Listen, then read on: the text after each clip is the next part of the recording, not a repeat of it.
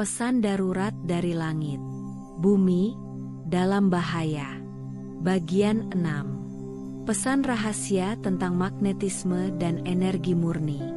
Di balik teknologi-teknologi yang telah digunakan manusia selama ribuan tahun, ada satu kekuatan yang terus bersembunyi dalam diam, magnetisme. Ia bukanlah sekadar gaya tarik-menarik antar logam, bukan pula sekadar alat untuk membuat kompas atau menyalakan motor listrik. Dalam pandangan makhluk cahaya, magnetisme adalah salah satu kekuatan purba yang menjadi denyut jantung dari setiap planet, setiap bintang, dan setiap bentuk kehidupan. Mereka menyebutnya sebagai intisari pengatur gerak antara niat dan materi.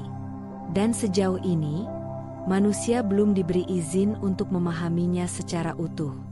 Mengapa kekuatan ini belum dibuka sepenuhnya? Karena magnetisme, dalam bentuk tertingginya, bukan sekadar medan fisik. Ia adalah penghubung dimensi kesadaran. Jika dikelola dengan niat yang jernih, ia bisa menjadi sumber energi murni yang tak terbatas. Namun jika dimanfaatkan oleh peradaban yang masih dikendalikan oleh ego dan kerakusan, kekuatan ini bisa mempercepat kehancuran planet dalam waktu singkat. Maka, para makhluk cahaya dan penjaga kesadaran telah menyepakati, pengetahuan tentang magnetisme tinggi hanya diberikan kepada spesies yang telah mengembangkan kedewasaan spiritualnya. Dalam pertemuan tersebut, salah satu dari makhluk cahaya yang lebih tua menyampaikan bahwa air adalah salah satu unsur bumi yang paling responsif terhadap medan magnet. Eksperimen kuno di luar sistem bumi telah menunjukkan bahwa air bukan hanya menghantarkan energi, air bisa diprogram. Bukan melalui mesin, tetapi melalui getaran kesadaran. Maka bukan suatu kebetulan jika banyak peradaban spiritual kuno menggunakan air dalam ritual penyucian. Namun ilmu ini, dalam konteks modern, telah dilupakan, bahkan ditertawakan. Manusia kini melihat air hanya sebagai komoditas, bukan sebagai sekutu spiritual. Makhluk cahaya menjelaskan bahwa masa depan peradaban tidak ditentukan oleh seberapa besar energi yang bisa dihasilkan oleh alat, tetapi seberapa murni niat di balik penggunaannya. Bahkan, mereka menyebutkan bahwa benda-benda seperti besi, air, dan bahkan udara sebenarnya memiliki struktur getaran yang bisa merespon magnetisme tingkat tinggi, jika diselaraskan dengan frekuensi kesadaran yang tepat. Inilah sebabnya mengapa teknologi masa depan, yang mereka sebut harmonic power, tidak akan muncul dari laboratorium, tetapi dari ruang-ruang meditasi yang digabungkan dengan pemahaman ilmiah. Namun saat ini, umat manusia masih berada dalam tahap yang sangat awal. Magnetisme masih dipahami secara mekanik. Energi masih dilihat sebagai sumber luar, bukan cermin dari dalam diri. Maka, teknologi yang dibangun pun penuh kebisingan, polusi, dan ketergantungan. Sementara itu, peradaban lain yang telah berhasil menyeimbangkan magnetisme dan kesadaran hidup dalam harmoni yang tidak bisa dibayangkan. Mereka tidak mengenal listrik sebagaimana manusia mengenalnya. Mereka menggunakan getaran niat dan arah energi, membangun kota tanpa kabel, dan menggerakkan alat dengan kehendak yang dikalibrasi melalui kristal dan cairan tertentu yang menyatu dengan pola magnet bumi. Makhluk cahaya menyebut bahwa jika manusia membuka jalur magnetisme tanpa kedewasaan, maka efeknya bukan sekadar kerusakan fisik, tetapi juga kerusakan jiwa. Karena magnetisme juga memengaruhi medan emosi. Pernahkah manusia bertanya mengapa badai matahari bisa mengubah mood secara kolektif? Mengapa gempa bumi kadang terasa oleh makhluk yang sensitif, jauh sebelum terjadi? Semua itu berhubungan dengan medan magnet bumi yang sedang terguncang, dan manusia, sebagai makhluk berair dan bermuatan listrik, ikut terguncang pula. Namun harapan tidak hilang. Mereka mengatakan bahwa sebagian kecil dari umat manusia, yang saat ini sedang menggali ulang hubungan dengan alam, menyederhanakan hidup, dan memusatkan perhatian pada perasaan terdalam, sedang membangun jalur baru.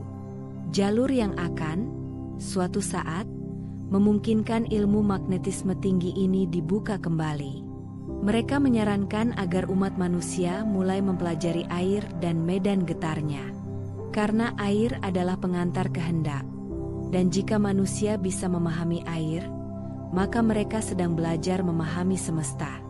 Magnetisme bukanlah soal kekuatan tarik-menarik logam, melainkan tentang hubungan antara apa yang terlihat dan yang tak terlihat.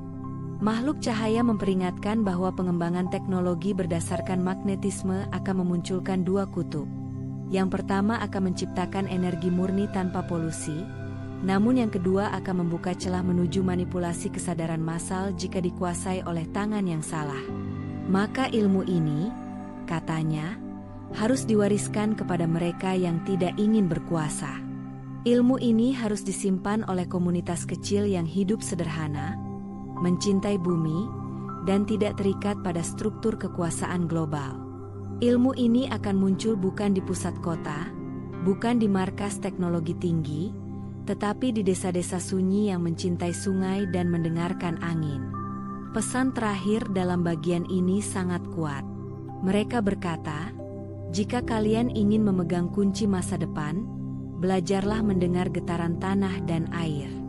Karena di sanalah bahasa asli bumi tersimpan. Bukan dalam kode komputer, bukan dalam rumus fisika, tetapi dalam kesadaran yang tahu kapan harus memberi dan kapan harus diam. Maka bagian ini bukan sekadar pembukaan rahasia. Ia adalah ujian. Apakah umat manusia akan mengejar kekuatan demi kuasa? Ataukah akan merendahkan diri untuk menyatu dengan sumber daya sejati yang telah tersedia selama ini? Magnetisme menanti, bukan untuk digunakan, tetapi untuk diselaraskan. Dan hanya hati yang telah tenang yang bisa memegangnya tanpa menghancurkan dunia. Dan seperti arus sungai yang tak pernah berhenti mengalir, pesan ini belum selesai. Karena pemahaman tentang magnetisme hanyalah gerbang awal menuju sebuah realitas yang lebih luas. Realitas yang selama ini hanya dibisikkan di antara bintang dan dipelihara oleh para penjaga kesadaran interdimensional yang tidak dikenal oleh sejarah. Apa yang telah dibukakan dalam bagian ini barulah setetes dari samudra. Kekuatan ilahi yang terpendam di dalam medan magnet bumi adalah warisan besar umat manusia, namun untuk menerimanya, jiwa-jiwa kita harus sanggup melampaui ilusi tentang kekuasaan, tentang kemajuan semu, dan tentang pencapaian yang diukur oleh angka-angka. Perjalanan ini masih panjang. Karena di balik energi, terdapat kesadaran. Dan di balik kesadaran, terdapat panggilan yang lebih dalam, menuju transendensi. Maka bersiaplah, karena bagian selanjutnya akan membuka jalur yang lebih tinggi. Sebuah arah yang tidak lagi hanya tentang menyelamatkan bumi, tetapi tentang mengangkat frekuensi umat manusia menuju kesatuan baru. Bagian 7, Jalan menuju peradaban transenden. Sebuah dunia yang tidak dibangun dari beton dan baja, tapi dari getaran kasih, kecerdasan batin, dan keheningan yang tercerahkan. Bersambung.